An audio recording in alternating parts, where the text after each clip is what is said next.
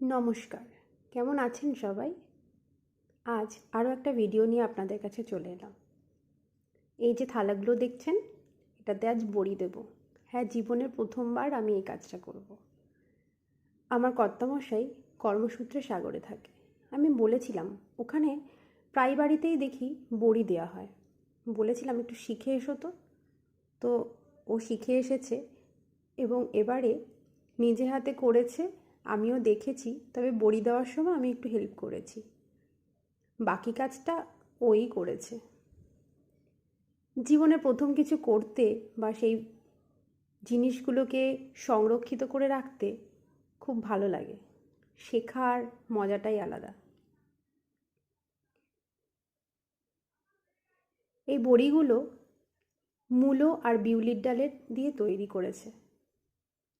দেখা যাক কেমন স্বাদ হয় খেতে। বড়ি আমাদের নিত্য প্রয়োজনীয় মশলা সামগ্রীর মধ্যে একটি, যেটা দিলে খাবারের টেস্টটা যেন একটু আলাদাই হয়ে যায়। যাই হোক, অনেকটাই শুকিয়ে গেছে, এই কটাই হয়েছে, আমাদের জন্য হয়ে যাবে বেশ কদিন। এবার শিখে নিলাম, এর পরের বার পুরোটাই নিজে করব। গন্ধটা বেশ ভালোই বেরিয়েছে জানেন তো। আসছি।